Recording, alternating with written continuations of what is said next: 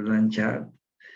Hemos visto el capítulo 1 y decíamos que la macroeconomía es el estudio del entorno económico y aparece en un momento de la historia, que es la Gran Depresión de los años 30. ¿Producto de qué? Producto de la Primera Guerra Mundial y también producto de la Revolución Bolchevique de 1917, que se genera con la Primera Guerra Mundial. Es decir, Lenin, los ciudadanos de Rusia no eran intelectuales, más bien eran campesinos. Por eso el papel de los intelectuales fue un papel, pero extraordinario.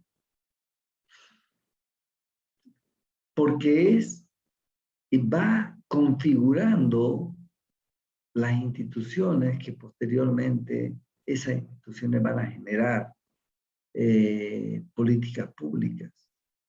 Y esas políticas públicas van a moldear nuestra vida, para bien o para mal. Entonces, por eso estamos nosotros en un momento histórico muy particular en Bolivia. Hay un bagaje de leyes que se están aprobando. Y el entorno económico tiene que ver con esas leyes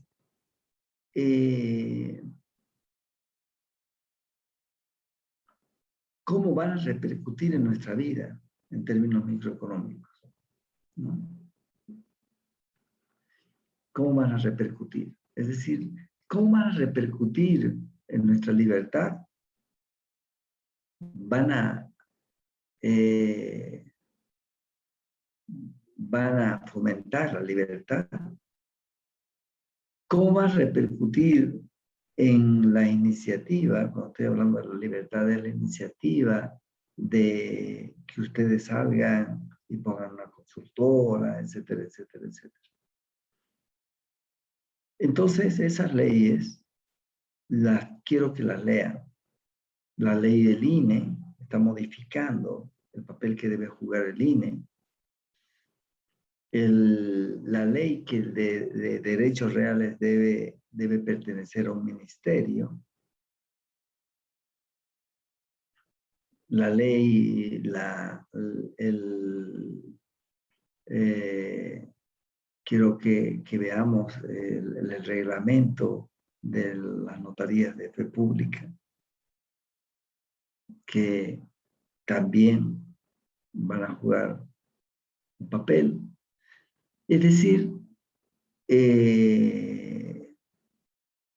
y la ley que está en puertas, que es la ley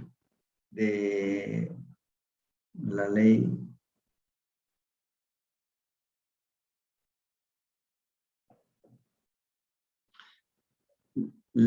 ley de ganancias ilícitas, terrorismo y todo lo demás. Entonces, ustedes me van a leer, anótense todas esas leyes. ¿No?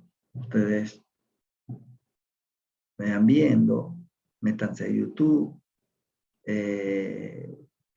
los comentarios que hay de un lado, del otro, pero ustedes tienen que leerla, yo también, ¿no?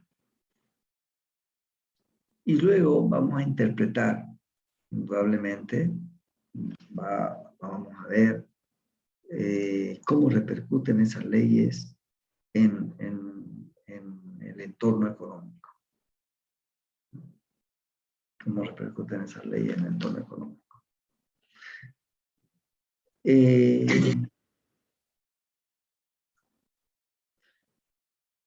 Otra de las, métanse a YouTube y quiero que vean el caso Odebrecht.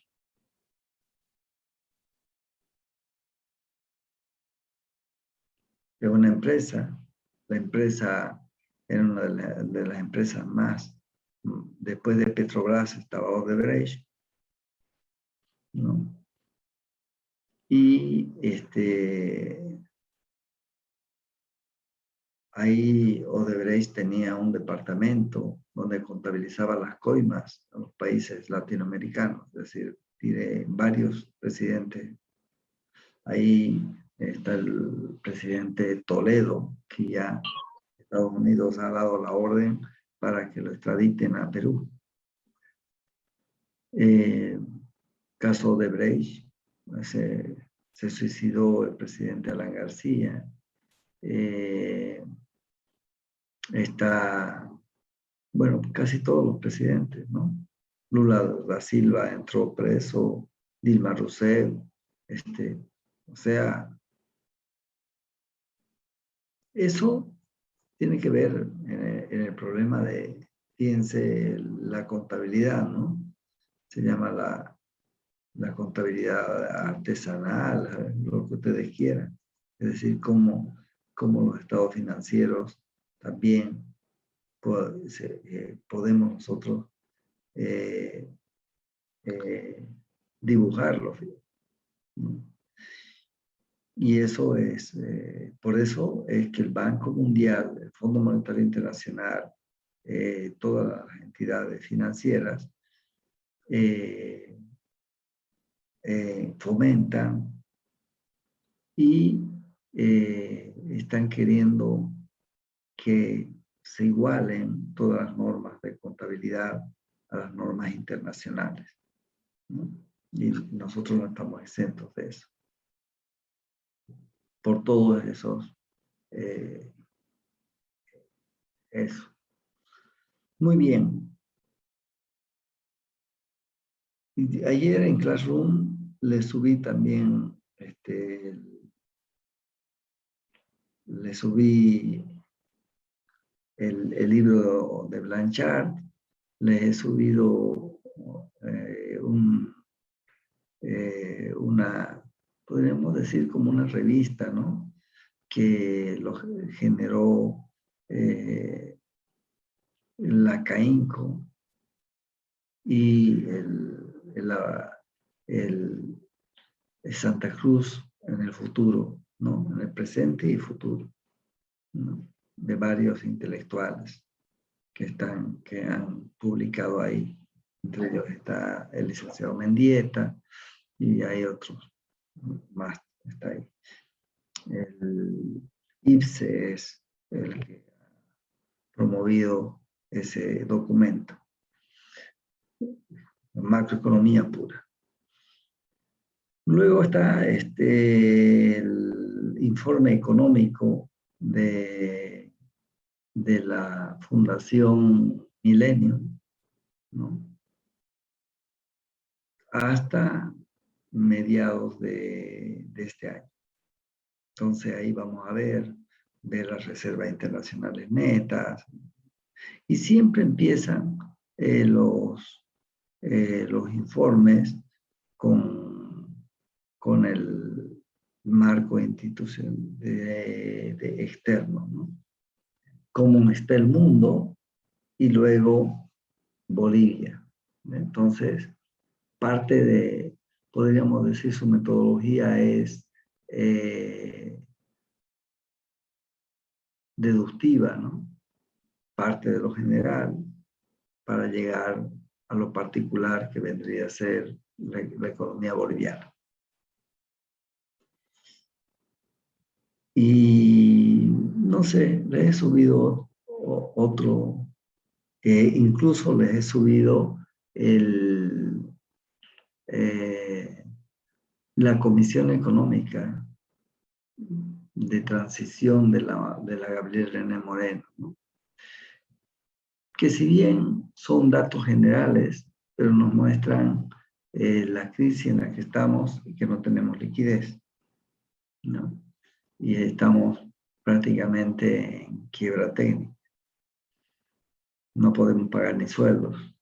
Entonces, ahí lo que sí debemos exigir es que nos informen por qué hemos llegado a esta situación cuando ha habido tanta plata en la universidad. Ya creo que hemos hablado sobre eso, ¿no? En la Universidad de Udabol, por ejemplo, el hospital que tiene la Universidad de Udabol, olvídense, con los mejores aparatos tecnológicos que tienen que ver con la salud, ¿no? Lo escanean a uno. Entonces, y la Gabriel René Moreno, teniendo tanta plata, el descuento que nos hace nosotros para el seguro universitario, y el seguro universitario está en quiebra.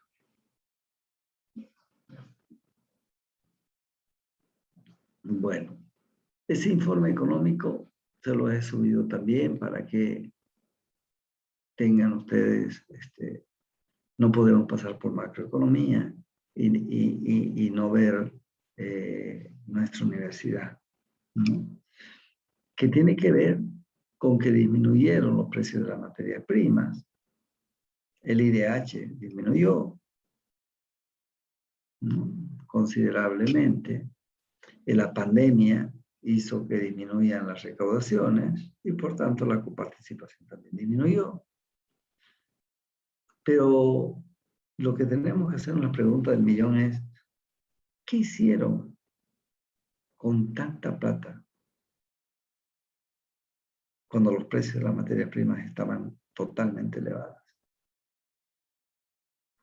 Y teníamos superávit gemelos, es decir, superávit en las finanzas públicas y superávit en la balanza de pagos. Ahora tenemos déficits gemelos, déficit en las finanzas públicas y déficits en la balanza comercial.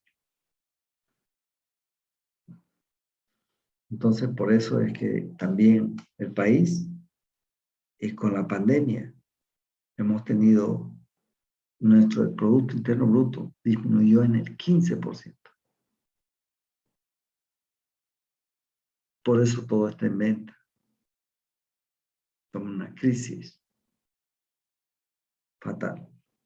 Bueno, eso vamos a ir viéndolo. Por eso es importante que veamos la normativa, las últimas normativas. Si esas normativas vienen en favor del pueblo y de los ciudadanos, o van a repercutir a nosotros en cuanto a la seguridad jurídica y al derecho. El derecho, nuestros derechos van a ser vulnerados. Y si esas leyes están en concordancia con la Constitución Política del Estado. Porque es la pirámide de Kelsen, ¿no? Kelsen nos dice que es una pirámide, ¿sí? Y en esa pirámide, arriba está la Constitución Política del Estado. Y ninguna ley, ningún reglamento, nada, decreto, nada, puede ir en contra de la Constitución Política del Estado. Entonces, tenemos que analizar eso. ¿Ya? Muy bien. Vamos a entrar.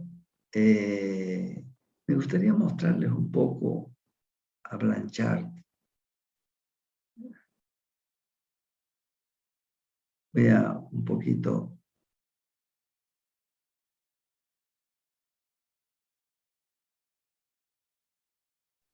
Licenciado, disculpe, su programa analítico no lo pillo en el Classroom yo.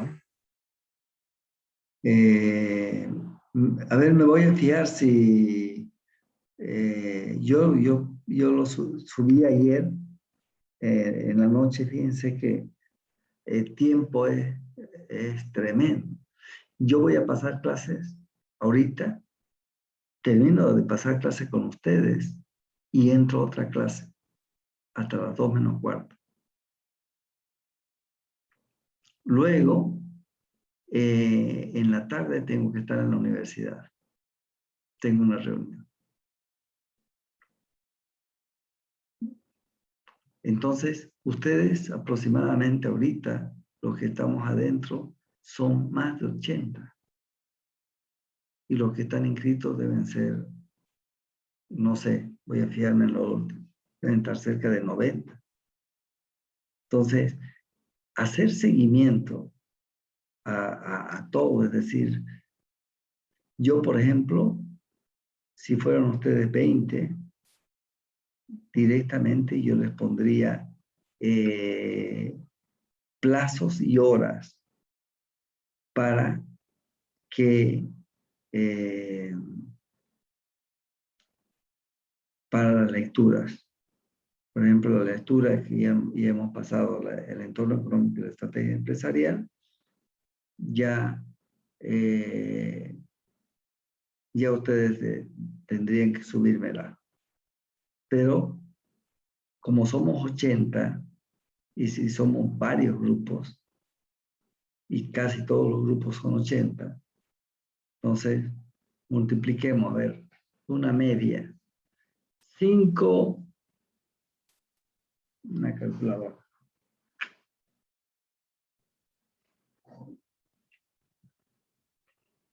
¿Por qué no le pongo fecha? A ver, pongamos una media que sea 70. 70 por 5 son 350 alumnos. Si de esos 350 alumnos yo voy a revisarles las lecturas de son 5 temas, creo. A ver, está el entorno económico y la estrategia empresarial, el producto, el cuentas nacionales, luego está demanda agregada 1, demanda agregada 2, demanda agregada 3, el mercado de activos, la oferta y demanda agregada 7. 7 por 7 igual 2.450.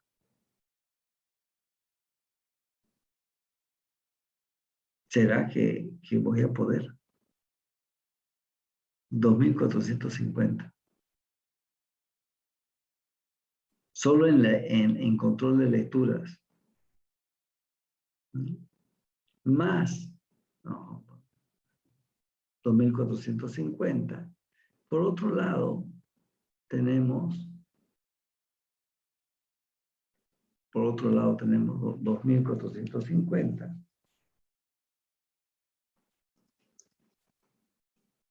2.450 que tendría que estar revisando. Me pasaría revisando. Luego vienen los prácticos. Los prácticos, el cuestionario, prácticos son por lo menos unos 5 prácticos. Dijimos que era 70 por 5 por son 4 prácticos, 5 prácticos. 5 prácticos, 3 exámenes, 5, 6, 7, 8.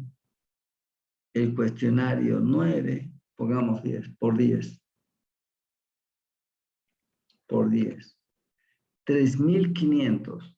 3.500 más 2.450. 6.000. Redondeando. Es imposible. Imposible. Y tengo que preparar la clase. Y tengo reunión.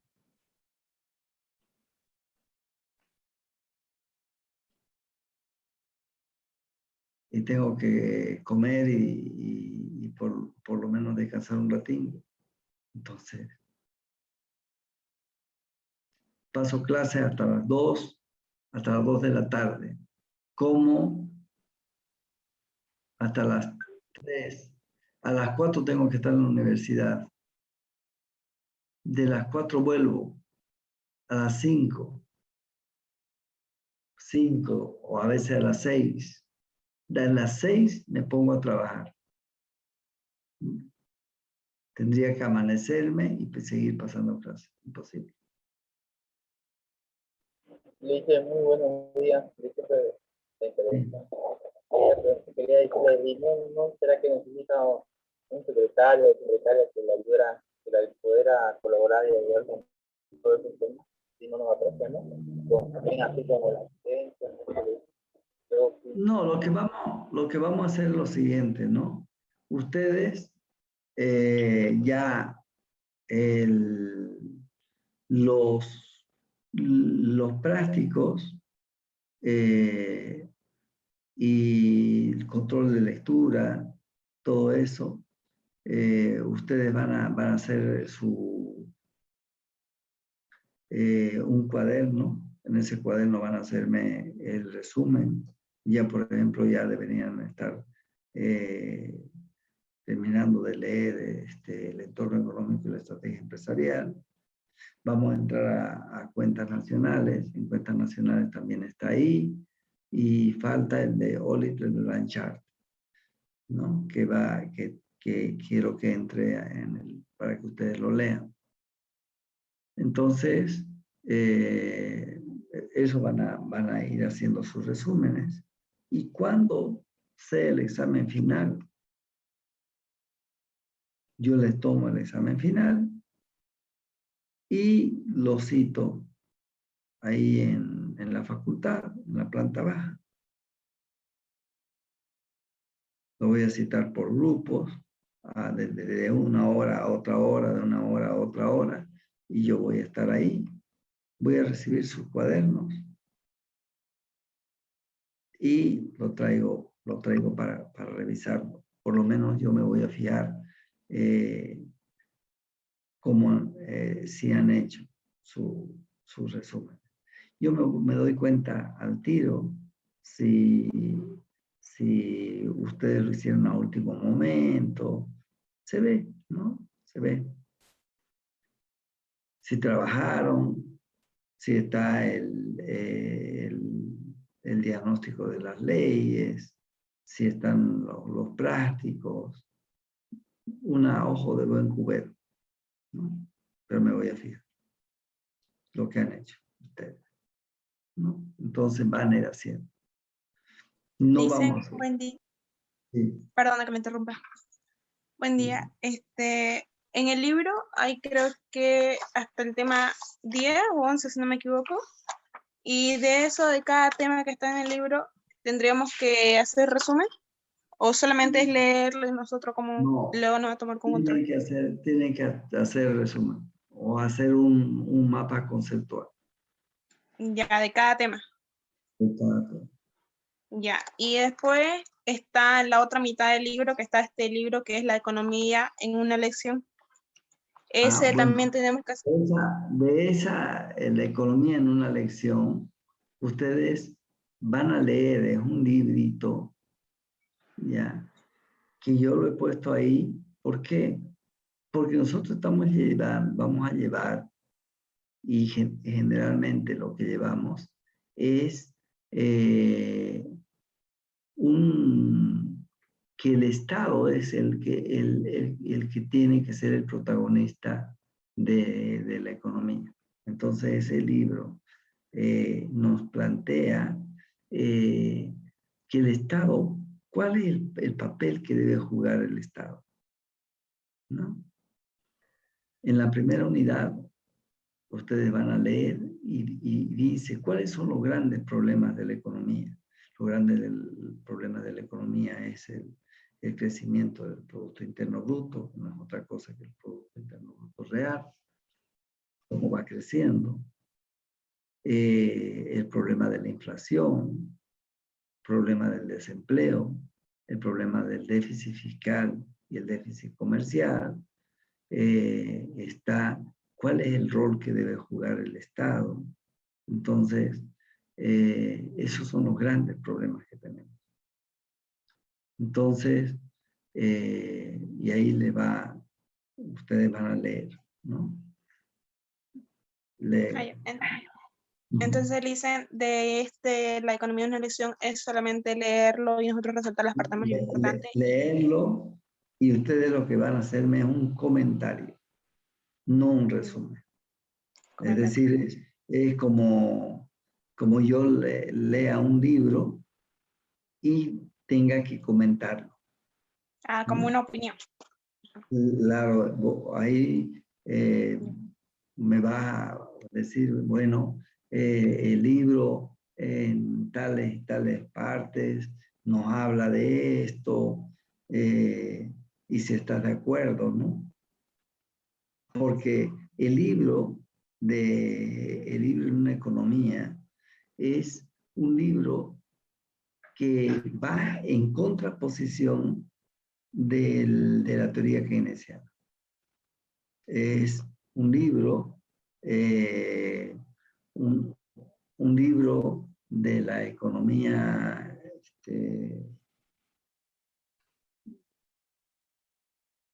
es una economía, ¿cómo se llama la escuela? Bueno, pero es la economía liberal, ¿no? Es decir, ¿en qué consiste eso? Más que una economía, de la economía liberal, es la filosofía de la libertad. Es la libertad. Es la libertad en todos los ámbitos de tu vida. Es el derecho que tú tienes para elegir, ¿no? Empezando de elegir a tu pareja con quien vas a construir tu vida. Eso es una filosofía, ¿no?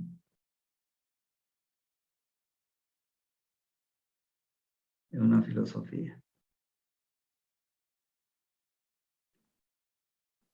Están sus compañeros entrando. Ya. Bueno, a ver.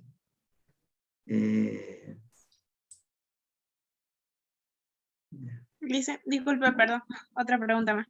Y lo que está en Classroom, son 1, 2, 3, 4, 5, uno que dice lectura sobre la realidad, también de eso comentario de cada PDF. Ahí, Y lo mismo en el otro que dice referencia bibliográfica. en eso, yo quiero que ustedes lean, ¿no? Uno, por ejemplo, es de la CAINCO. Entonces, es una lectura que ustedes tienen que ver cuáles son las grandes potencialidades que tiene Santa Cruz, ¿no? Y ahí plantea, como la CAINCO representa a los empresarios privados, ¿no? Entonces, ellos dicen el modelo cruceño. Entonces, ustedes van a ver, yo, por ejemplo, el modelo cruceño jugó un papel muy importante, porque Santa Cruz era estaba muy lejos de los centros de poder. En un principio de Sucre, porque ahí está el poder ejecutivo, legislativo y judicial. Con la Revolución Federal de 1899, que es una confrontación entre dos regiones, que es La Paz y Sucre, y los paceños van a ganar la Revolución Federal. Ahí está Zaratevilca, está Layo-Bayo, ¿no? Ustedes sería bueno que lean, ¿no? En la historia, váyanse a Carlos de Mesa Quisbert o cualquier cosa y vean la Revolución Federal. Pues la Revolución Federal, que fíjense, ¿no? Ahora lo que la clase dominante, los políticos, no quieren saber del federalismo. Pero ellos en 1899 levantan las banderas del federalismo y juega un papel Sagratevinca. Bueno, ¿en qué termina eso? Hay tradiciones, indudablemente. Ahí está José Manuel Pando, por eso se llama Pando, digamos, el departamento de allá, de Cobija, ¿no? Es la capital. Pando, ¿no? Alonso era muy amigo de Pando. Entonces lo manda a Pando para que ellos no veían, digamos, que el ejército lo tenían en Sucre. Es decir, el ingenuo era el presidente Alonso. Entonces, los peruanos, como vieron que nosotros los traicionamos en la Guerra del Pacífico, los van a armar a los paceños. Le van a dar armas. Y eso no sabía Alonso. Entonces, cuando Pando llega a La Paz, que supuestamente venía como mandado de Alonso, se da cuenta de que había una correlación de fuerzas a favor de La Paz. Y tiene que ver eso con el ámbito económico. Sucre había dejado de ser la protagonista, porque ya no era la plata, es decir, la plata no era el metal que estaba en crisis, digamos, el precio de la plata. Y el Cerro Rico de Potosí también ya estaba diezmado, porque habían venido los españoles, se llevaron toda la plata. Y estaba el Cerro Rico de Potosí. Pero en ese momento había una demanda extraordinaria de los países desarrollados del estaño. Y el estaño lo manejaban la burguesía, no burguesía, la oligarquía paceña. Entonces, ellos tenían el poder económico y querían también el poder político. Y ahí se va a generar una guerra civil en realidad, ¿no? Donde incluso los sucrenses mandaron a sus hijos porque creyeron que era una expedición. No creían que en La Paz los peruanos lo armen a los paceños para que nos diezmemos entre los bolivianos.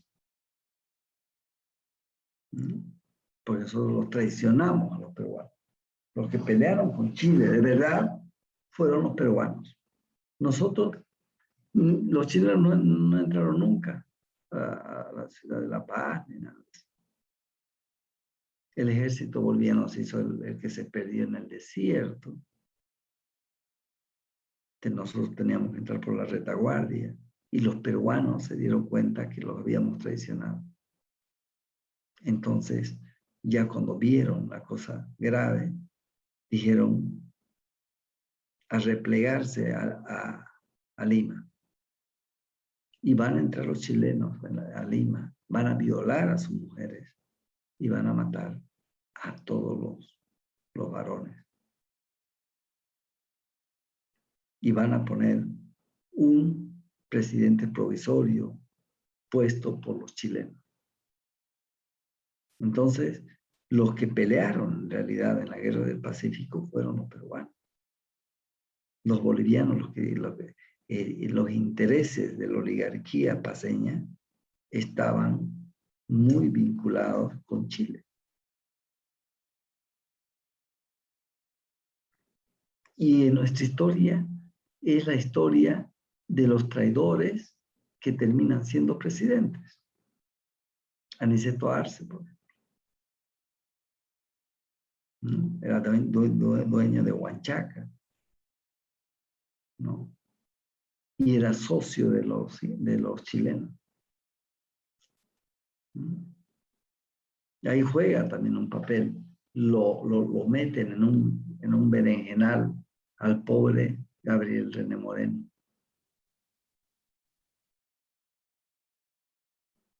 Y va a venir Gabriel René Moreno a defenderse, pero la oligarquía prácticamente va a tener que salir huyendo.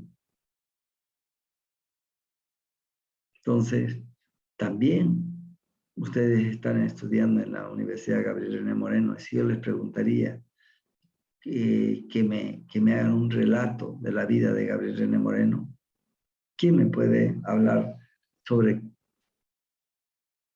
cuál fue lo azaroso y lo triste de la vida de Gabriel René Moreno en esa conflagración del litoral que le tocó vivir a él? Él en realidad prácticamente la mayor parte de su vida la vivió en Santiago de Chile. Era el director de la biblioteca de Santiago de Chile.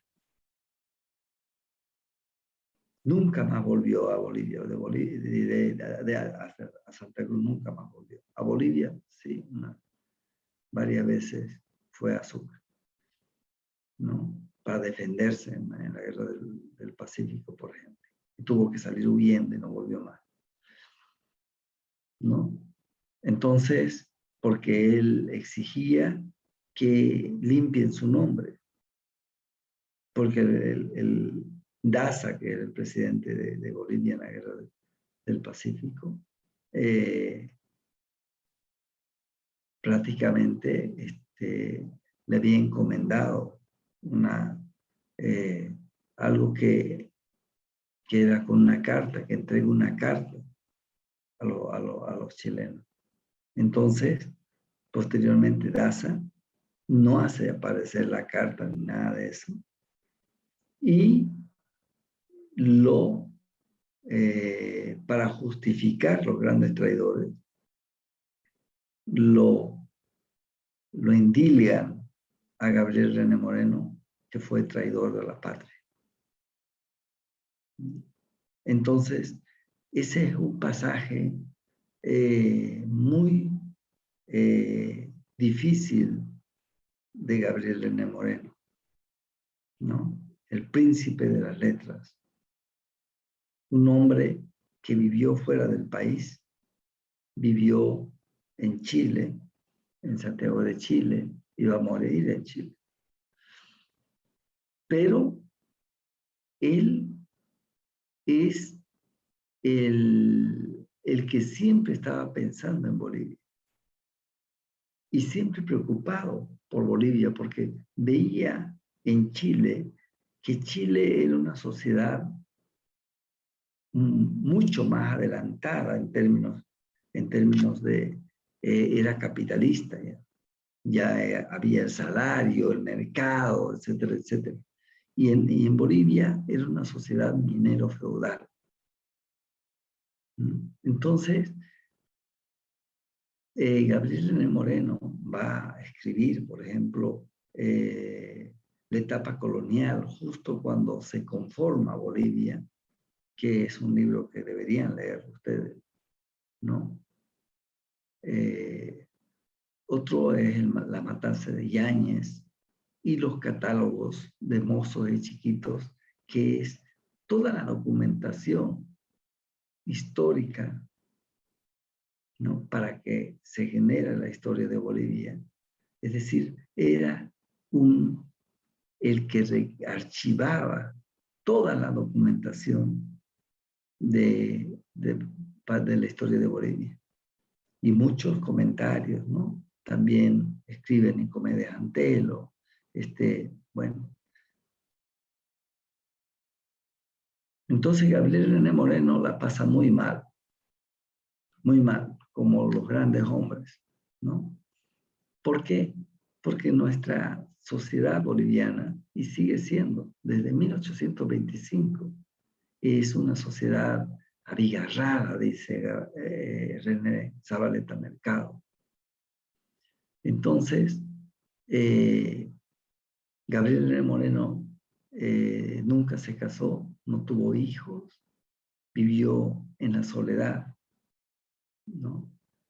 Y fue un hombre que amaba a Bolivia y fundamentalmente añoraba Santa Cruz. Entonces, cuando se pone en el Parlamento que se cambie el nombre de la universidad, que ahora se llama Gabriel René Moreno, fue un debate muy grande. No quería la oligarquía paceña que nuestra universidad se llame Gabriel René Moreno. Entonces, todo eso es lo que ustedes tienen que ir leyendo para darse cuenta, porque solamente pueden ver el entorno económico si ustedes saben cómo hemos llegado a lo que somos. Un país que somos un poquito mejor que Haití. Luego somos un país pobre, somos un país primario exportador, somos un país que no tenemos una burguesía, porque nuestros empresarios no compiten, nuestros empresarios están debajo del ala del Estado. Siempre están ellos en las licitaciones, en las coimas, en todo eso. Hay excepciones. Estamos hablando, por ejemplo, la oleaginosa, el sector agropecuario. Bueno. Pero, ¿qué exportamos nosotros? ¿En qué somos competitivos? ¿No? Generalmente vivimos de la materia prima. Y en Santa Cruz somos el motor de la economía. ¿Por qué? Porque tenemos la frontera con Tudo Grande o Brasil. Entonces el gas que le vendemos a Brasil. Tenemos la frontera con Argentina, que Argentina está en default. No sé si nos estará pagando el gas que vendemos. Y lo otro es que no ha habido inversión y por tanto no tenemos las reservas necesarias de gas.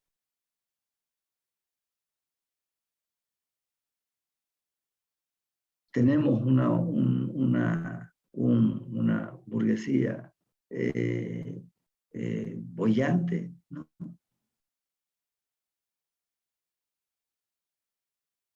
¿No? Eso es. Tenemos una industria de lo que nosotros estamos pasando clases. ¿Qué es Made in Bolivia? Solo en eso.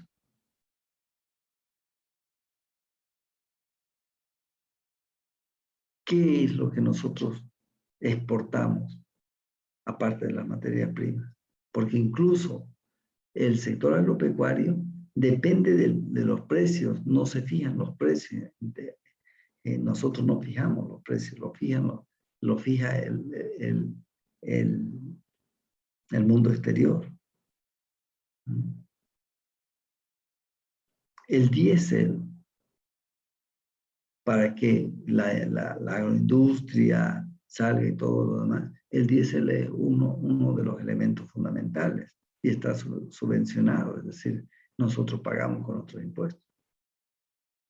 Es decir, los subvencionamos a ellos.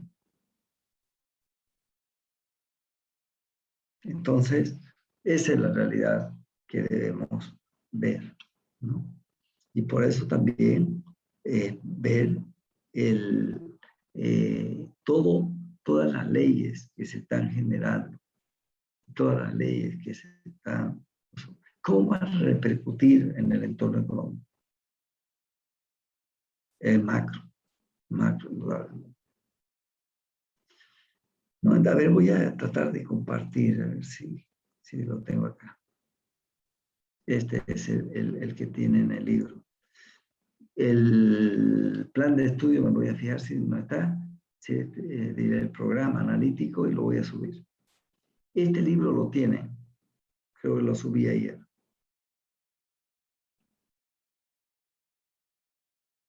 Entonces, en este libro, el autor es de origen francés, pero fíjense que toda su formación está en Estados Unidos.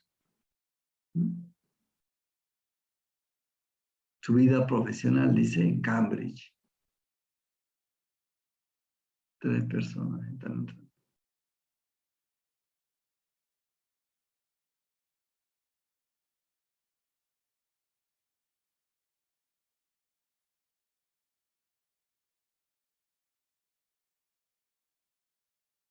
Ya está.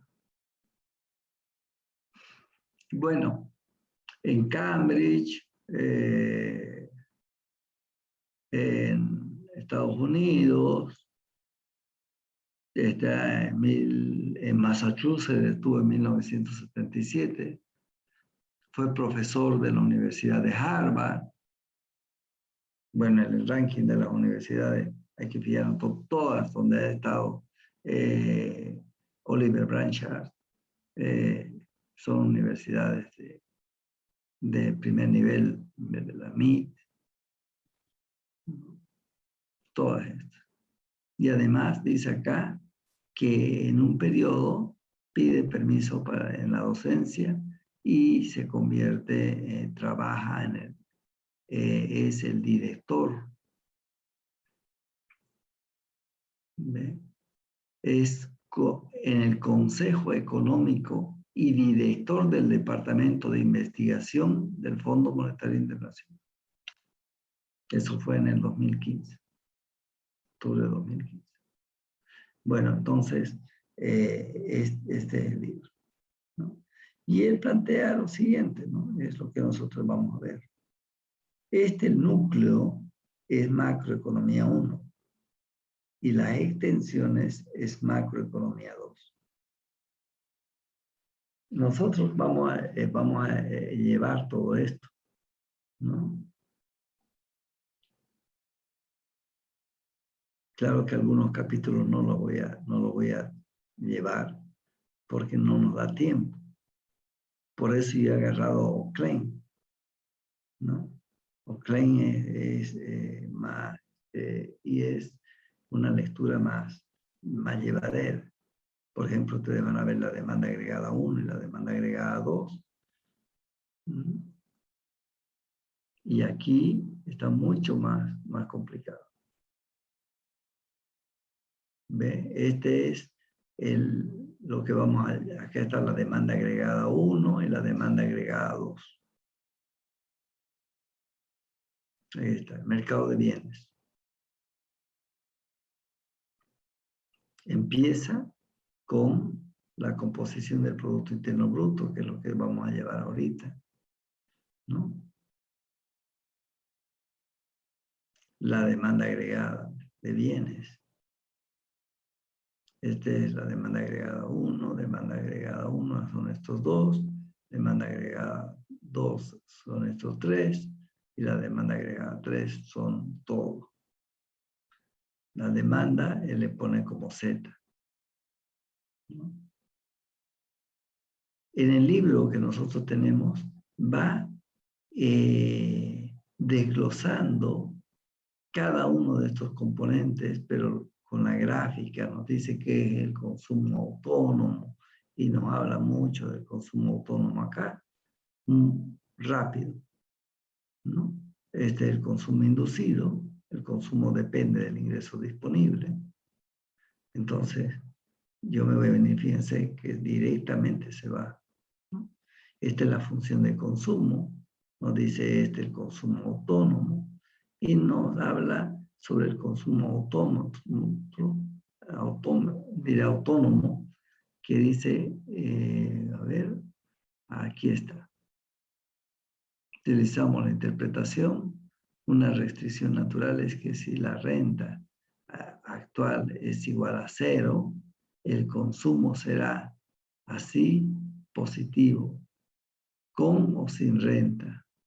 Y habla del consumo autónomo. Solamente este pedacito habla del consumo autónomo. Dice la gente tiene que comer. Eso quiere implicar el consumo autónomo, que es positivo. ¿Cómo puede ser positivo el consumo de los individuos si su renta es 0? Desahorrando, dice. Es decir, vendiendo algunos de sus activos o endeudándose.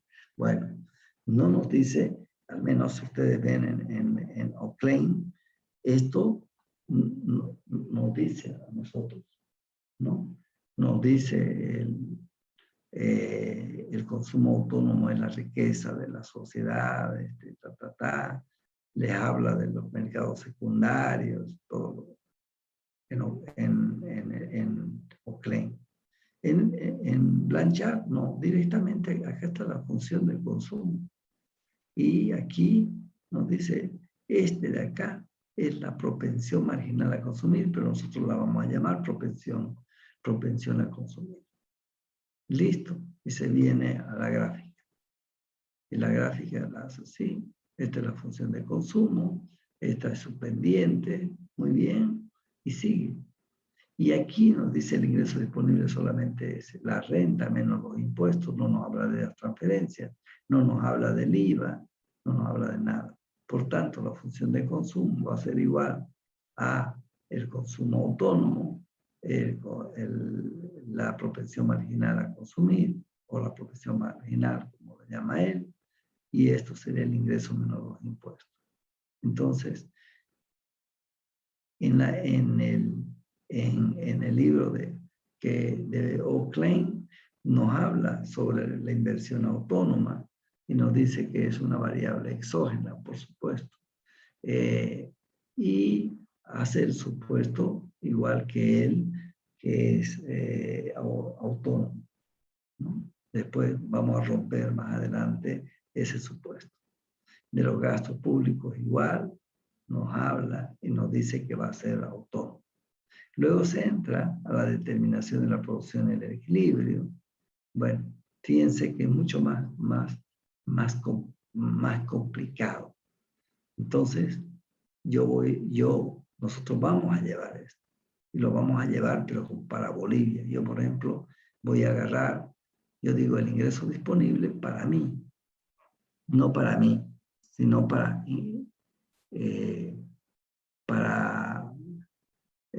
si nosotros tomamos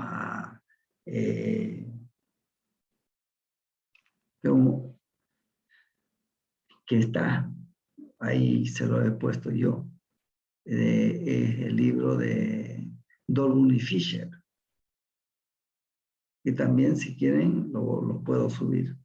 Dolgun y Fisher nos habla del modelo de ingreso, el modelo de ingreso renta, que es ¿no? Y es mucho más, explica y además pone las transferencias y pone la tasa impositiva, el IVA. En cambio, para él, esta va a ser la pendiente del modelo. Está aquí. Bueno, ahí está. Su pendiente de esto va a ser de la demanda agregada. Digamos, demanda agregada. Este es su pendiente. La propensión marginal a consumir. Para nosotros la pendiente va a ser la propensión marginal a consumir menos el IVA. Entonces, para él, por ejemplo, si la propensión marginal a consumir es del 80%, esa va a ser su pendiente. Para nosotros no.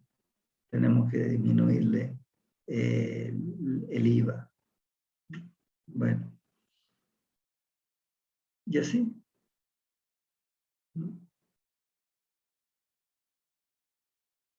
Es un libro más árido. Más árido. Pero lo vamos a ver. Y yo, cuando termine de hacer, digamos, las cosas, además que vamos a tener un práctico, numérico, yo me voy a venir a Blanchard también y le voy a decir, fíjense, Blanchard nos está hablando, este es el multiplicador de la economía. Es decir, es como si los panes, como si el Estado pudiera convertir el agua en vino.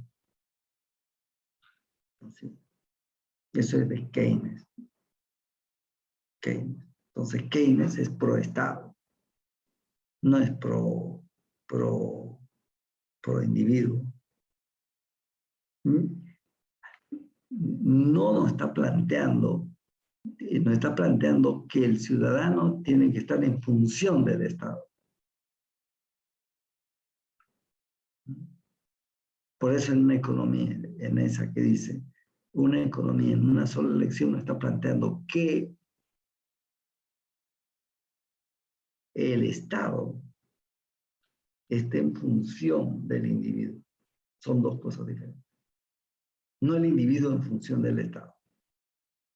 No el individuo, no el colectivo en función de los que gobiernan, para que ellos gasten, para que ellos hagan lo que les dé la gana, para que la universidad esté en crisis. No. Si nosotros hemos elegido a los rectores y todo lo demás,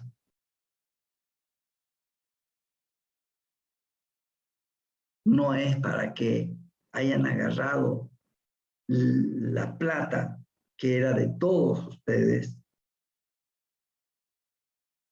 y hayan hecho un módulo para los vehículos. Y no hayan hecho un hospital universitario igual como ha hecho la UDABOL. Eso es lo que tenemos que ver. Entonces, ¿cuál es el rol verdaderamente que ha jugado? Y nosotros tenemos que exigir al director del DAF que nos diga por qué, porque en el informe que yo les he subido en el Classroom, el informe económico de transición, donde dicen, bueno, está en quiebra, donde, bueno, que nos digan por qué. Nosotros, por ejemplo, hay que decirle a la licenciada Rosalía Arandia que lo invite al licenciado que es del DAF. Ahorita se me ha ido el nombre y es hasta colega de economía. ¿No? Porque el anterior era, creo que era hasta auditor, el DAF, el del Azogue era, ¿no? Que es catedrático de nuestra facultad. Pero el que es ahora es el licenciado, bueno, se me va a venir ahorita la memoria, pero nosotros podemos hacer que yo voy a hablar con ella para que en nuestro Paraninfo, ¿no? ¿Cómo se llama? Venga y nos explique y nos diga por qué estamos como estamos. ¿Qué pasó? Él ya ha tomado posición, entonces tienen que buscar la información y ver por qué la universidad no puede pagar sueldos. A los profesores no pagan el 50%. Con el 50% pagamos luz, agua, teléfono y luego esperar el otro 50%. Entonces, vivir así. Tenemos que comprar estos libros. Tenemos que... Entonces, ¿cómo podemos investigar si no tenemos plata? Si no podemos comprar ni un libro. Entonces, estamos mal. Bueno, eso es. Todo esto es lo que vamos a ver. Pero yo lo voy a tratar de hacer algo entendible para ustedes. Ya están viendo que no es fácil. No es. Y a esto tenemos que, deberíamos tener lecturas, ¿no? Lecturas complementarias. Porque aquí lo que estamos viendo es la teoría keynesiana. Eso. Lo tienen en el Classroom, este libro. Bueno, voy a cerrar.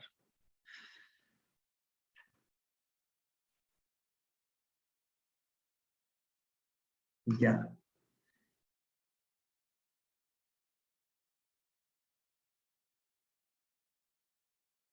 Voy a compartir nuevamente.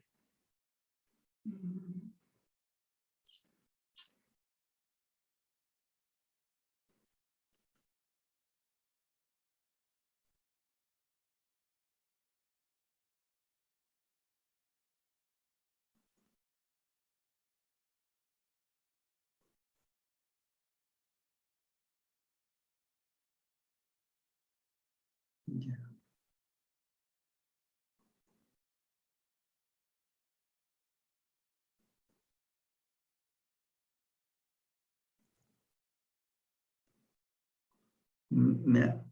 Me avisa si estoy compartiendo. ¿Estoy compartiendo? Sí, Lisa. Sí, Ya. Lisa. Sí, Lice. Ya, perfecto. Vamos a ver cuentas nacionales. Ya les mostré que está en Oliver Blanchard. Y yo combinando lo de Oliver Blanchard y todo lo demás, y un poco contextualizando otras cosas, ¿no? Ya han visto ustedes que los libros de macroeconomía son libros que van directamente a la fórmula. Y si nosotros no comprendemos la concepción de las variables de esas fórmulas, no podemos comprender, no nos sirve de nada. No está en la política pública. Entonces, nuestro segundo tema es cuentas nacionales. En Blanchard está también, capítulo 2. ¿No? Entonces, bueno, que lo lean. Y está en el texto, en la fotocopiadora. ¿Cuál es la lógica? La lógica es que un país, ¿no? Una sociedad produce bienes y servicios, ¿no? En países desarrollados como Estados Unidos podríamos decir que en una economía moderna produce una vasta gama de servicios, producen automóviles, producen televisores, producen casas, producen, bueno, servicios médicos, consultorías, robótica, etcétera, etcétera, etcétera, para nombrar algunos pocos. Producimos, ¿no? En Bolivia De esto, ¿qué producimos? ¿Producimos automóviles? No, ¿Televisores? tampoco.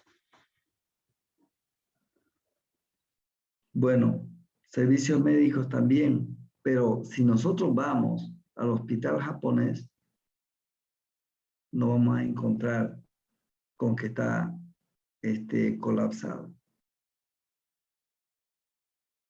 Yo he ido al hospital japonés y prácticamente los enfermos están en los corredores, en una camilla, esperando, digamos, que haya cama.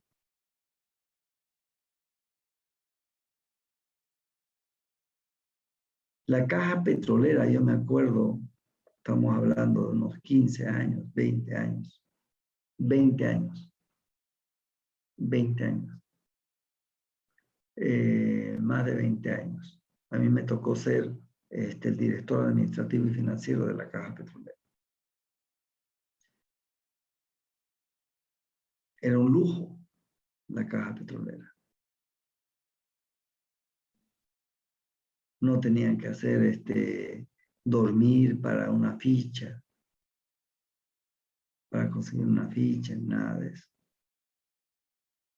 ¿Por qué? Porque la caja petrolera eran los aportes de los trabajadores petroleros.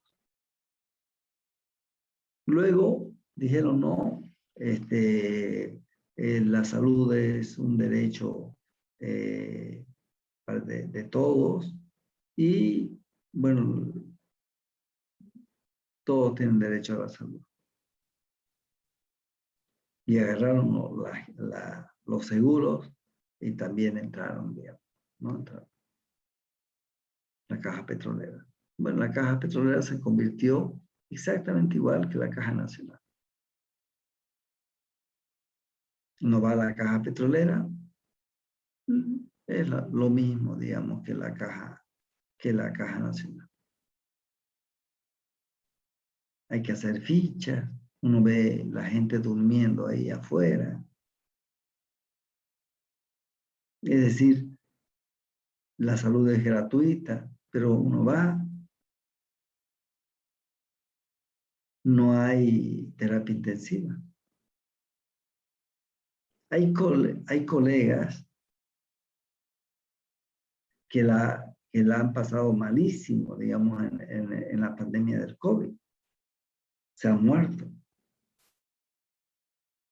¿Por qué? Porque no había, cuando estaba en su tope el problema del COVID y ellos no tenían problemas de respiración. No había unidades de terapia intensiva. Ni había tubo de oxígeno. Se habían acabado. Entonces, esos colegas murieron porque no habían los medios para en ese momento ser atendidos. Y eso ha pasado en todo, digamos, no solamente en la Gabriel, los colegas de la Gabriel. Tenemos un colega, no voy a decir el nombre, que se enfermaron toda su familia del COVID, ¿no? Un muy buen amigo mío, buen docente, buena persona, ¿no? Se enfermó él, se enfermaron sus hijos, su mujer había dado a luz hace una semana atrás y le vino el COVID y se enfermaron toditos. Menos su hijita y el bebé. Después todos cayeron. Entonces, la hijita y el bebé, donde su madre, su hijita que es de 12 años, sustituyéndola a la mamá, porque la mamá estaba con el COVID. Y en un determinado momento, la mamá que había salido del parto se complica. Es decir, se congestionan los pulmones. Le falta aire. No había la unidad de terapia intensiva. A esperar, a buscar en todos los hospitales donde podía haber una unidad de terapia intensiva. Bueno, su esposa, con problemas de saturación, y esperó toda la noche. Al día siguiente, ya en la tarde, hallaron una unidad de terapia intensiva de un hospital que está cercano a la avenida Tres Pasos al frente. En ese hospital ya la metieron a terapia intensiva, le pusieron el oxígeno, bueno, la atendieron. Pero ya hasta ahora, voy a llamarlo, no sé si habrá salido de la unidad de terapia intensiva, porque tuvo una complicación y tuvo un infarto. Entonces, con el COVID y el infarto, estaban con el problema de ver si en el infarto no pasó oxígeno al cerebro. Y cuando no pasa oxígeno al cerebro, se mueren, pues, ¿no? Las neuronas. Muy delicado. Entonces, estaban viendo el problema si ha habido un daño cerebral. Es decir, sí, porque ella estaba sedada para estar entubada. Entonces, que deje de estar sedada para ver si vuelve en sí o si tiene una muerte cerebral. O sea, ya no funciona el cerebro. Quiere decir, como un vegetal. Ya no quise llamarlo porque lo llamaba yo y la verdad él también noté que bueno, ¿no? Está apoyado por los hermanos, apoyado por los parientes de su esposa y todo lo demás. Entonces yo guardé la distancia. No sé, bueno, he estado orando yo para que su esposa salga de ese cuadro. Pero ahí está. Estoy hablando del seguro universitario. Entonces, el Producto Interno Bruto, me voy a pasar, ¿no? A algo que me llamó la atención a mí. El Producto Interno Bruto no es otra cosa que los bienes y servicios que producimos, ¿no? En Bolivia, por ejemplo, nosotros no producimos vehículos, entonces los importamos. No producimos televisores, los importamos. No producimos computadoras, nuestra computadora es importada. Entonces, para eso necesitamos que los precios de nuestras materias primas sean elevados, porque la importación, nosotros podemos importar con bolivianos, podemos comprar bienes en los Estados Unidos con bolivianos. ¿Qué necesitamos?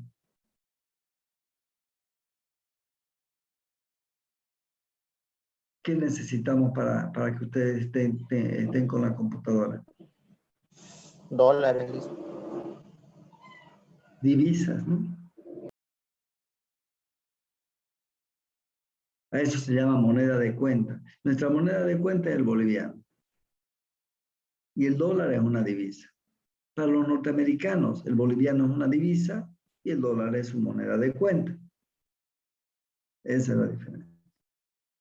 Ahora, el boliviano o el dólar representa el respaldo económico que tiene un país. Por eso el dólar lo reciben, cualquier país te recibe dólar. Pero boliviano no te recibe en cualquier país. A ver, ya una transacción con el Japón, digamos. Y yo le voy a comprar tal cosa y le voy a pagar en bolivianos. No nos reciben. ¿Por qué? Porque nuestra estructura económica, lo que respalda el boliviano, es pues, nuestro Producto Interno Bruto es 4 veces menor que el Producto Interno Bruto de Chile.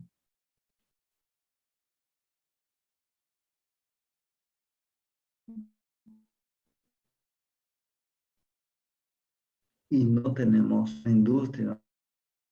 No tenemos...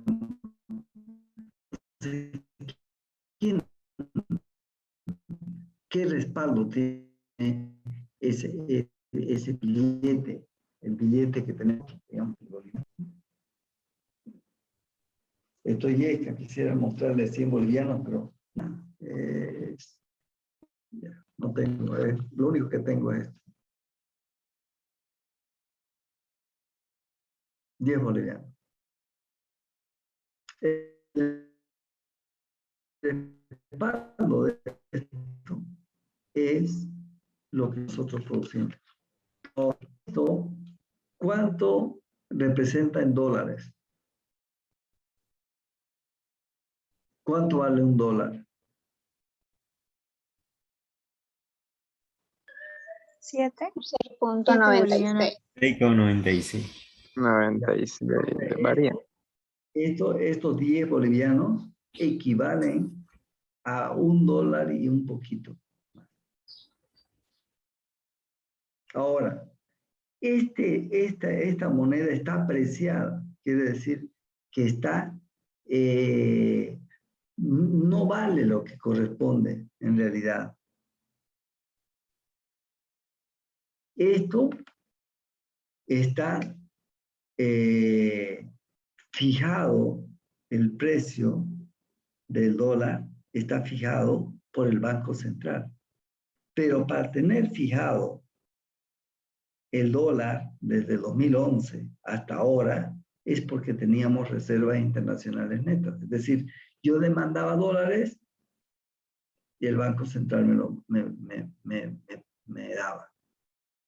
Ahora, yo, por ejemplo, para ver simplemente, al cobrar mi sueldo, yo le dije, bueno, quiero que me dé mi sueldo, pero quiero $200. Y el cajero me dijo, no estamos vendiendo dólares, por lo menos en la cooperativa Jesús Nazareno, donde nos pagan. ¿Qué quiere decir eso? Quiere decir que ya el sistema financiero ya no está vendiendo dólares.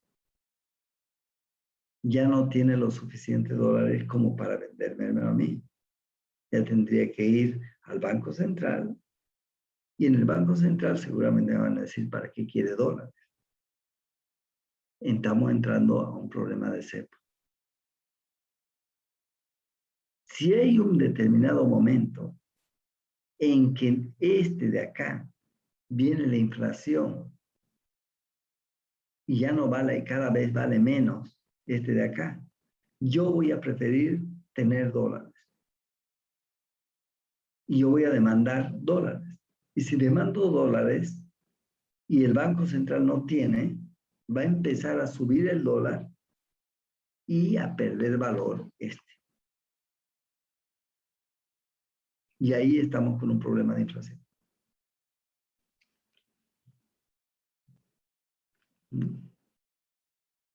Entonces,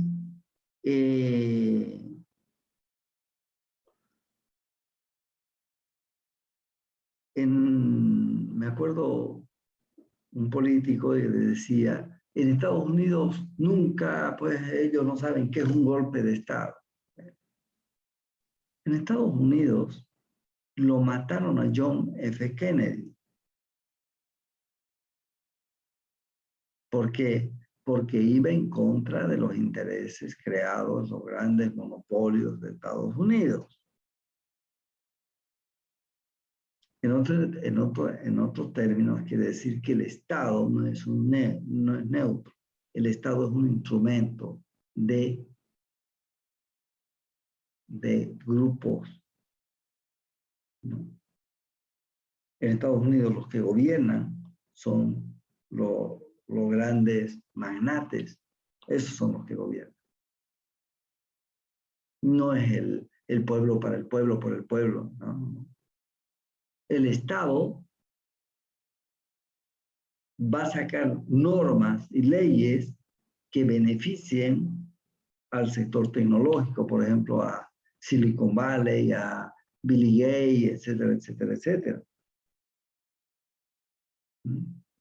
Sacan leyes para, además es federal, cada estado, ¿no? Dentro del estado federal. Por ejemplo, California. En California está Silicon Valley. Ahí está todas las empresas de alta tecnología. Billy Gates, Steve Jobs, que murió de cáncer. Bueno, y todos los que están generando la robótica, toda la industria altamente tecnológica que representa el 23% del Producto Interno Bruto.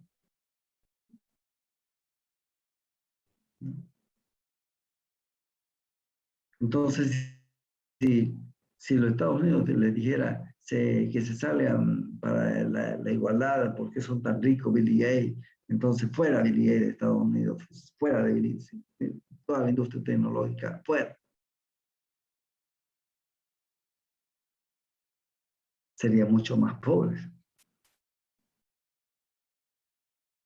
Billy Gates es uno de los hombres más ricos del mundo, pero gracias a él, la clase media de los Estados Unidos mejoró sus condiciones de vida.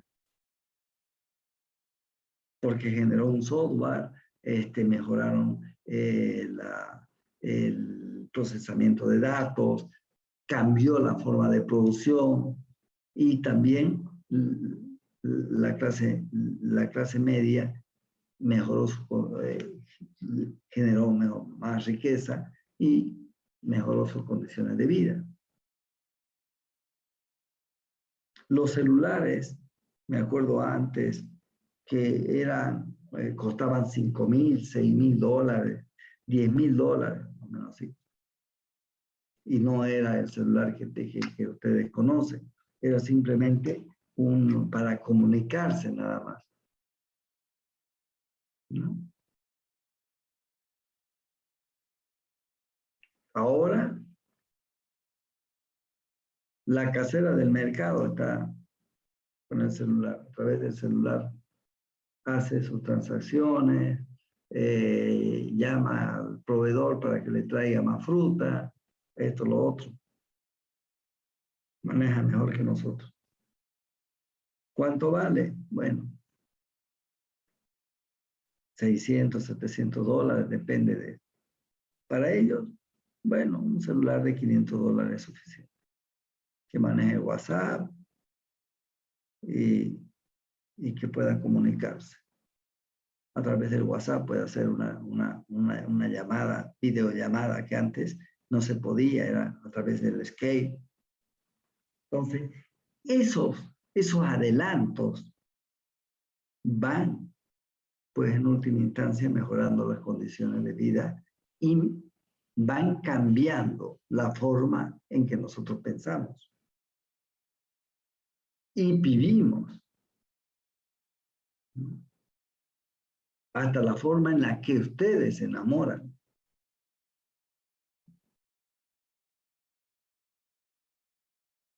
Mi padre, por ejemplo, para enamorar a mi madre, era, ¿no? A ver a sus abuelos, díganle cómo era.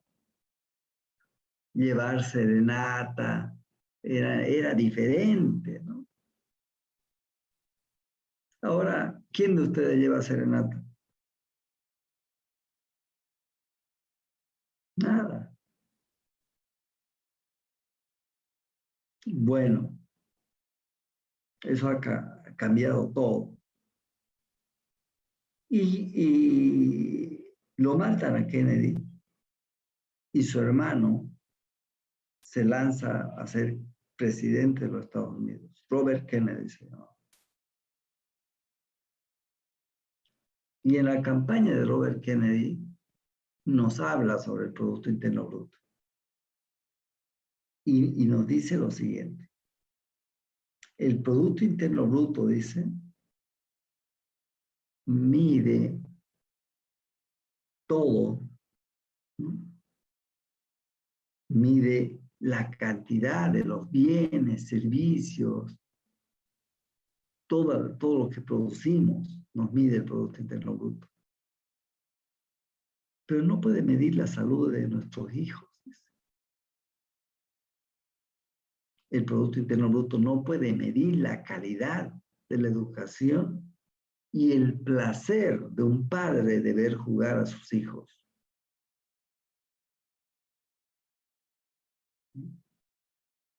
No incluye la belleza de la literatura. No está contabilizado en el Producto Interno Bruto una novela, por ejemplo. Hablemos de una novela. ¿Qué novela les gusta a ustedes?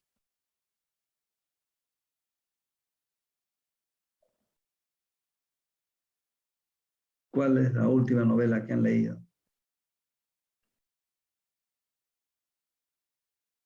Una poesía.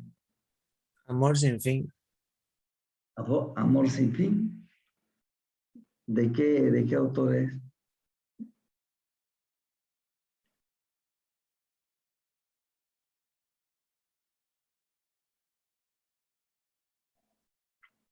Bueno, hay novelas extraordinarias, ¿no?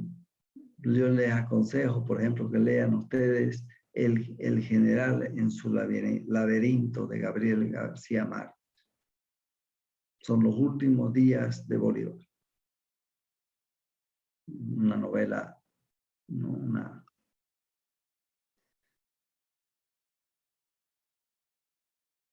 Otra novela, Los Miserables de Víctor Hugo. O novelas clásicas, ¿no? El Quijote de la Mancha,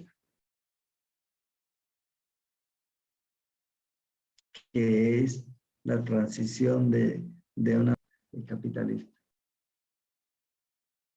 Y ahí se hace la burla de los señores feudales.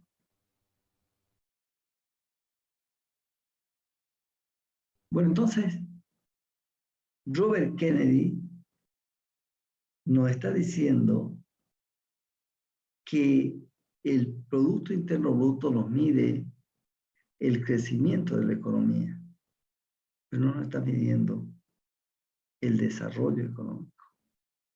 Y no nos está midiendo la felicidad y la satisfacción que pueda tener una sociedad. Puede ser que el Producto Interno Bruto esté creciendo, por ejemplo, en China. En China es una de las potencias del mundo, pero no tienen libertad. No tienen la libertad, solamente hay un partido y hay un pensamiento único. y es un totalitarismo. En Tiananmen, por ejemplo, mataron a mucha gente.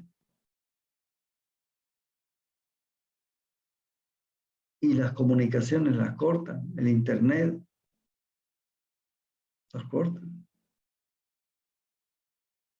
En Cuba, no cualquiera puede tener acceso a las comunicaciones. Están controladas. Bueno, pero en Cuba el crecimiento del Producto Interno Bruto tampoco es extraordinario. Pero en China sí. Pero no hay libertad. ¿De qué me sirve tener en mi refrigerador todos los bienes y servicios si yo no puedo decidir, si yo no puedo comunicarme, si yo no puedo tener un proyecto de vida?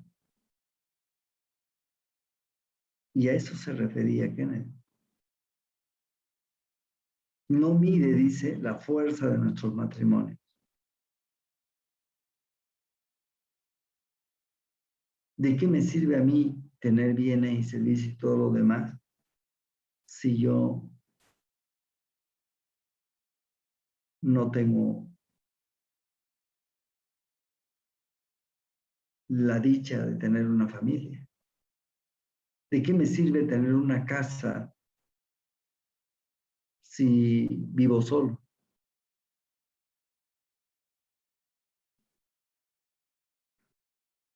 Entonces nos dice, lo puede medir, mide todo en suma, lo mide todos los bienes y servicios, salvo lo que hace que la vida merezca la pena vivir. Es la libertad. La libertad y que ustedes están estudiando para mejorar sus condiciones de vida, pero también para ser felices. ¿Tenía razón Kennedy? Sí, pero el Producto Interno Bruto lo que nos está midiendo es el desempeño económico y está midiendo la producción agregada de los bienes y servicios.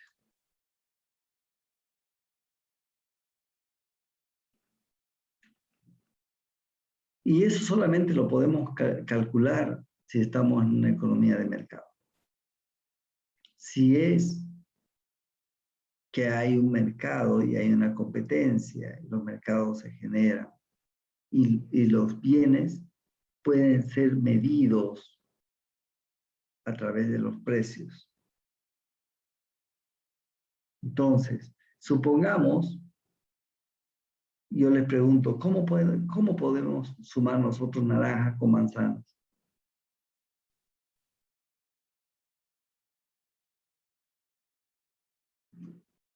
En Bolivia producimos naranjas, producimos manzanas, ¿Cómo podemos medir?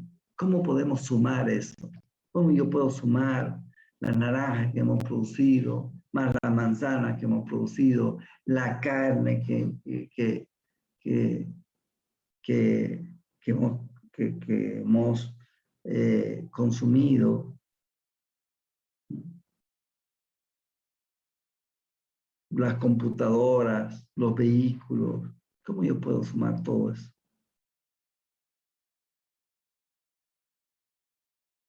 A través de los precios de mercado. Entonces yo acá, por ejemplo, tengo la cantidad en sacos de naranjas y sacos de manzanas. Acá hay 3,000, he producido 3,000 sacos de naranjas y 3,000 sacos de manzanas. 3,000 sacos de manzanas y 2,000 sacos de naranjas. Yo lo que tengo que hacer simplemente es multiplicar por su precio. el, el precio del saco de las manzanas es, pongámosle, 10 bolivianos, si ustedes quieren, o $10. Y el saco de las naranjas es 20 el precio por saco. Entonces yo lo que hago es multiplicar cantidad por su precio, que me lo está dando el mercado. Estoy pudiendo medirlo en términos de precio. Lo tengo. 10 veces me está llamando este número. Hola. Sí, con él habla.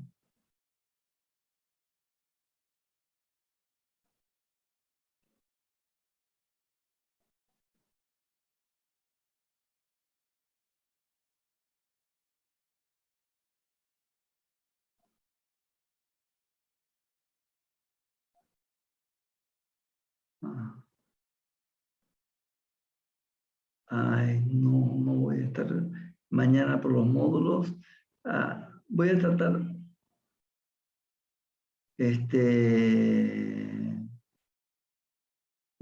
a ver, ¿dónde es activo fijo?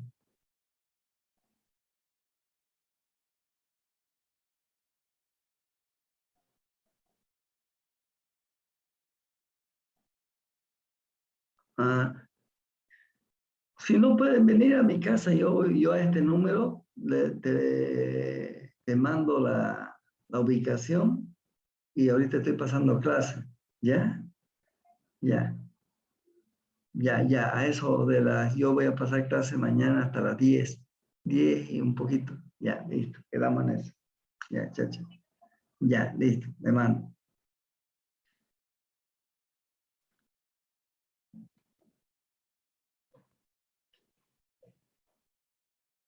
Muy bien. Es de activo fijo. Están revisando ya seguramente auditoría. ¿No? Es la famosa computadora que nos dio el rectorado. Muy bien. Entonces yo puedo multiplicar también el valor de un vehículo, ¿no? Un vehículo que me cuesta, depende, ¿no? Si es un vehículo chino, seguramente me va a costar $15,000. Si es un Mercedes-Benz, me va a costar $50,000. Bueno, voy a multiplicar. Depende si en Alemania, ¿no? En este caso, nosotros, por ejemplo, si estamos hablando de vehículos, estamos hablando de la computadora, estamos hablando de todo eso, nosotros vamos a registrar en el Producto Interno Bruto como una importación. Es decir, quiere decir que es negativo, ¿no? Porque el Producto Interno Bruto va a estar determinado por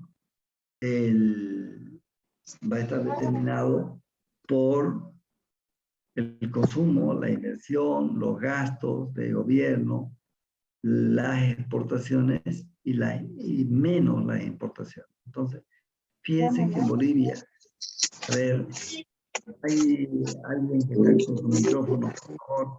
Arteaga Vega, María. Arteaga Vega.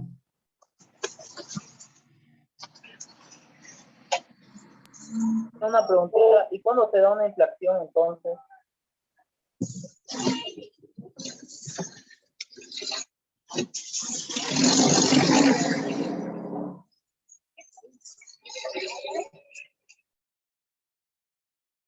Muy bien, la saqué del curso. Arteaga Vega, y la voy a anotar. Dice una preguntita, entonces, ¿cuándo se da una inflación?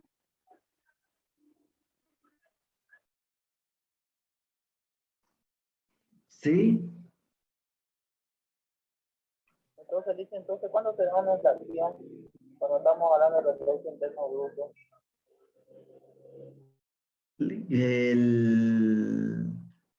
Se va a dar la inflación. ¿Y cuándo se da eso, Luis? Bueno, eso lo vamos a ir viendo, ¿verdad?, en la medida que vamos avanzando. Ahorita lo que estamos viendo es cómo medir el Producto Interno Bruto. Entonces, el Producto Interno Bruto lo vamos a medir multiplicando la cantidad por los precios. Veamos el problema de la inflación, lo que vos me estás diciendo. Primero, yo voy a calcular el Producto Interno Bruto. ¿Cuántas manzanas he producido en sacos? ¿Cuánto vale el saco de manzanas? Entonces yo agarro y multiplico, ¿no? De naranjas. Luego veré en kilogramos, no sé, cuánto hemos nosotros producido en términos de trigo, ¿no?, en toneladas. Entonces, cada uno de ellos vamos a ir nosotros multiplicando su cantidad por el precio. Vamos a calcular todo eso, ¿no? Y todo lo que hemos importado, las computadoras, los televisores, los celulares, todo eso, vamos a restar. Y eso, esa sumatoria menos las importaciones, nosotros vamos a decir que eso es el producto que hemos generado en un periodo determinado, ¿no? Generalmente un año. Y entonces quiere decir que el Producto Interno Bruto es el valor monetario de los bienes y servicios finales, los que hemos consumido, finales, no intermedios, que vamos a ver por qué, producidos durante un año. Bueno, y ahora me voy a lo que tú me estabas diciendo. Los precios yo estoy calculando en un periodo determinado y estoy calculando al precio de ese año. Pero para el próximo año los precios van a variar. Es decir, puede ser que aumenten o puede ser que disminuyan. Por ejemplo, los precios de los celulares, los precios de las computadoras. Antes costaba más, ahora cuesta menos. Un celular, como les decía antes, costaban $5,000. Estoy hablando de más de 20 años, 25 años. Sí, eran pocos, eran los ejecutivos y eran grandotes los celulares, pero no llegaron a conocerlos. Era como un ladrillo. Con eso, generalmente, la esposa cuando se enojaba con el marido se lo tiraba al celular y era un ladrillo, ¿no? Me partía la cabeza. Ahora, ustedes lo tienen el celular, ¿no? Incluso ya hay celulares mucho más delgados, más, o sea, los últimos celulares, ¿no? Y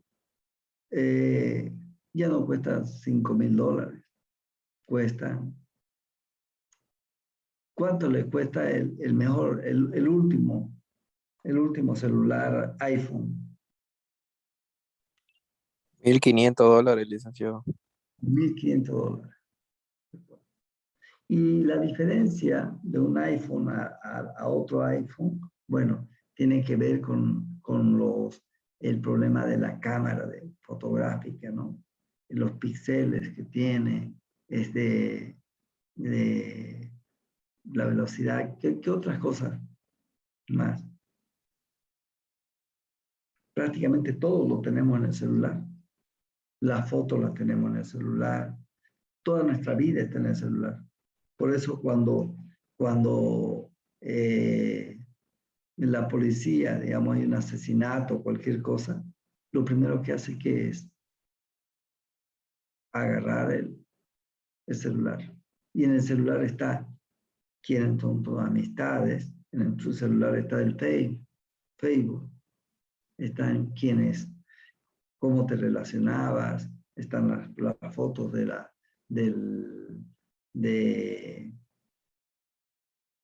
las fotos sociales que vos tenés, con quienes te juntas, todo. En el Facebook, por ejemplo, si vos agarras y haces una búsqueda, ¿no? Una búsqueda de un determinado, por ejemplo, pedidos hace online,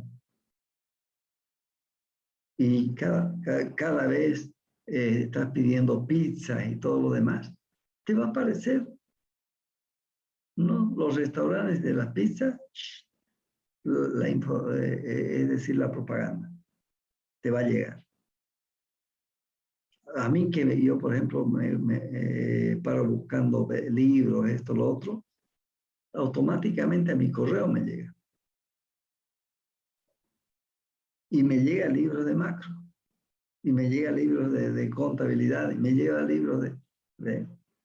Entonces quiere decir que nosotros, al subir al Face todas nuestras actividades y todo lo demás, hay que tener mucho cuidado en eso. Mucho cuidado en eso. Porque ahí saben perfectamente incluso tu perfil, ¿no?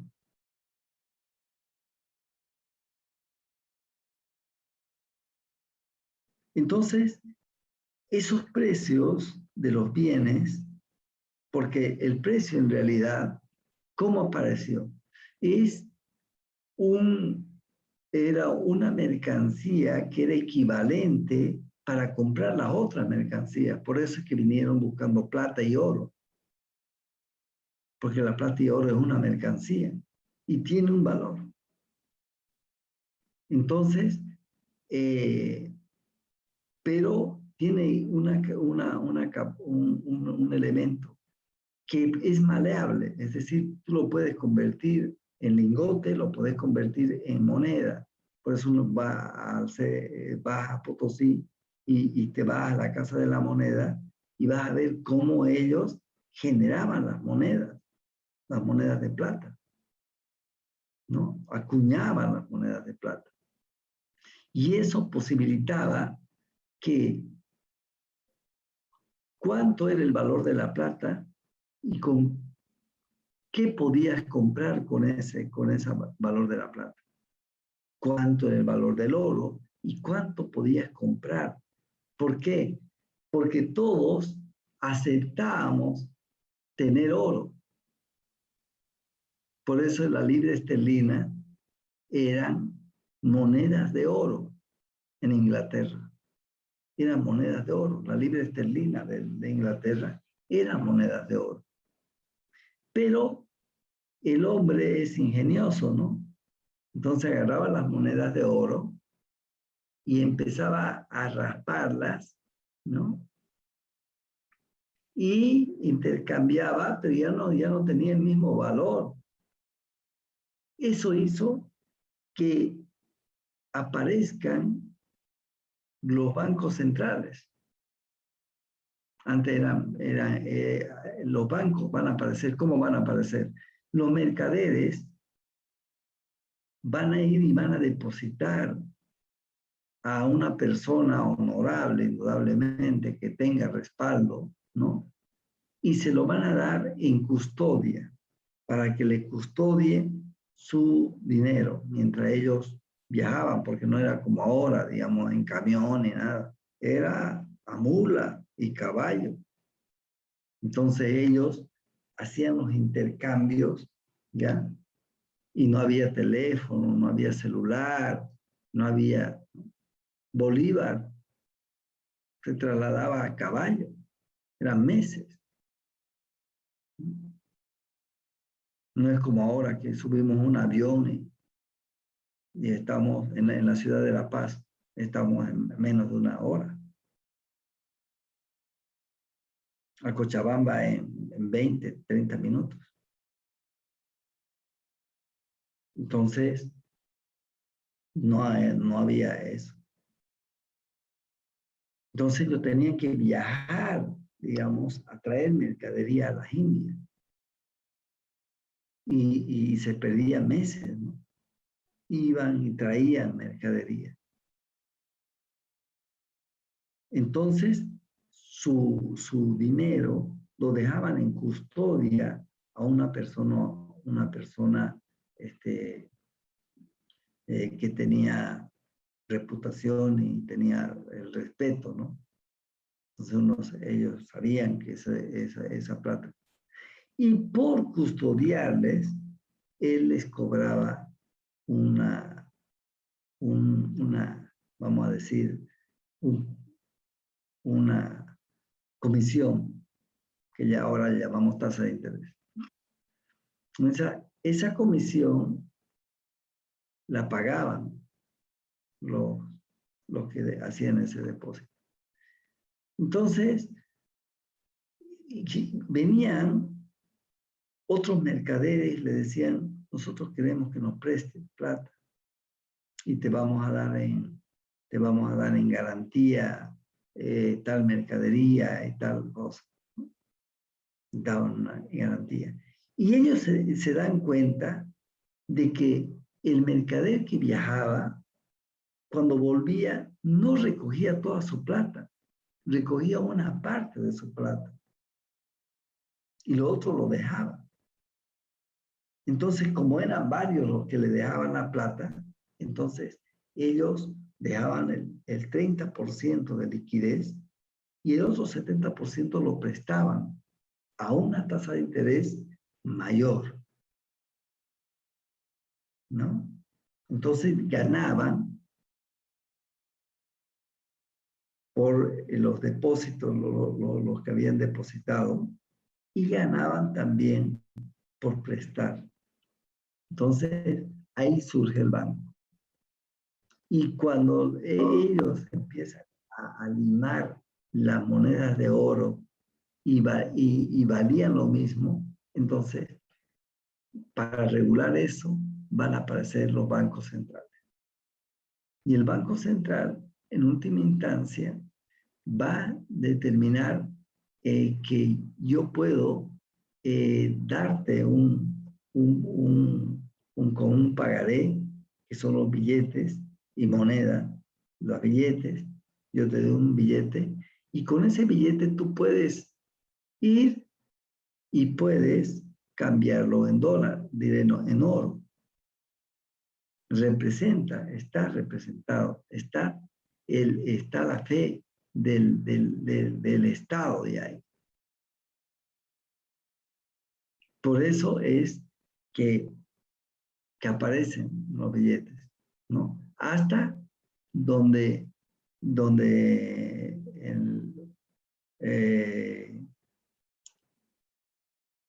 en la década del 70 y cosas, prácticamente los Estados Unidos dicen, no, nuestra moneda no puede ser cambiada por el oro. Es decir, el patrón oro acaba ahí, ¿no? Entonces, con la moneda, como les he dicho a ustedes, es el respaldo de la producción que tiene un país. El dólar, por ejemplo, su respaldo es su economía que ellos tienen. Pero varía el precio del dólar. Puede ser que suba o baje. Si estamos en la moneda nacional, en moneda de cuenta, porque en la legislación todos los estados financieros, todo tiene que estar expresado en boliviano. Sabemos eso nosotros como auditores, ¿no? Si es divisa, nosotros tenemos que agarrar al tipo de cambio y colocar, y luego tenemos que ajustar, ¿no? Porque varía también el tipo de cambio. Entonces, los precios, puede ser que el Producto Interno Bruto, con esto voy a acabar, puede ser que el Producto Interno Bruto aumenta porque aumenta la cantidad de los bienes y servicios, o puede ser que el Producto Interno Bruto aumente porque aumenta el precio de esos bienes. ¿No? ¿No? Entonces, acá ya tenemos un problema. El problema está en que el Producto Interno Bruto puede aumentar.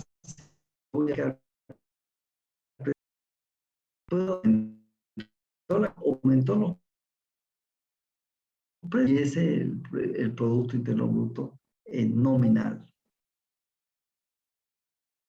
Me sirve para saber cuánto he producido en ese año, pero no me sirve para que yo compare cuánto ha aumentado la producción de un año a otro, porque tengo que sacar este incremento indeseado del incremento de los precios. Tengo que deflactar el Producto Interno Bruto. Entonces tenemos el Producto Interno Nominal, que son a los precios corrientes, que se mide a los precios existentes cuando se realiza la producción. Este me va a permitir ver cuánto he producido en ese año, pero no me va a permitir comparar con otros periodos. Entonces yo lo que tengo que hacer es calcular el Producto Interno Bruto real o a precios constantes. Tomo un año base y lo mantengo los precios constantes de ese año base. Entonces, yo voy a multiplicar la cantidad por el precio, no del año que estoy produciendo, sino por el del año base. Entonces, de esa manera yo puedo calcular y ver cuánto ha aumentado la producción en términos reales, es decir, cuánto aumentaron en naranjas, cuánto aumentaron en manzanas, cuánto aumentaron en cada uno, ¿no? Y lo que estoy haciendo es deflactar, es sacar los precios, colocar los precios constantes a un año base. Entonces, si yo estoy manteniendo ese precio de ese año base, prácticamente yo puedo comparar. ¿Por qué? Porque estoy manteniendo el precio constante y el que está variando es la cantidad. Y ese es el Producto Interno Bruto real. La próxima clase vamos a entrar al práctico y vamos a calcular el Producto Interno Bruto nominal y el Producto Interno Bruto real.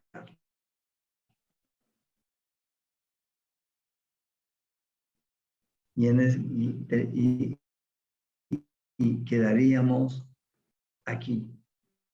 ¿Listo? Quedaremos calcular el Producto Interno Bruto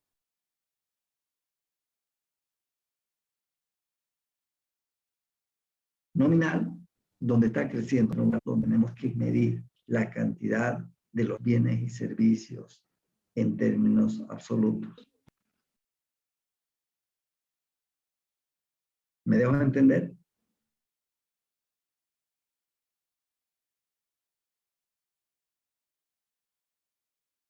Sí, Lice. Sí, Es Lice. decir, el Producto Interno Bruto real es la cantidad, el incremento de la cantidad. Eso es lo que, vamos a decir, la economía produce 4 bienes y vamos a calcular el producto nominal y el producto real. ¿Están de acuerdo? Muy bien. Quedamos en eso. Los dejo.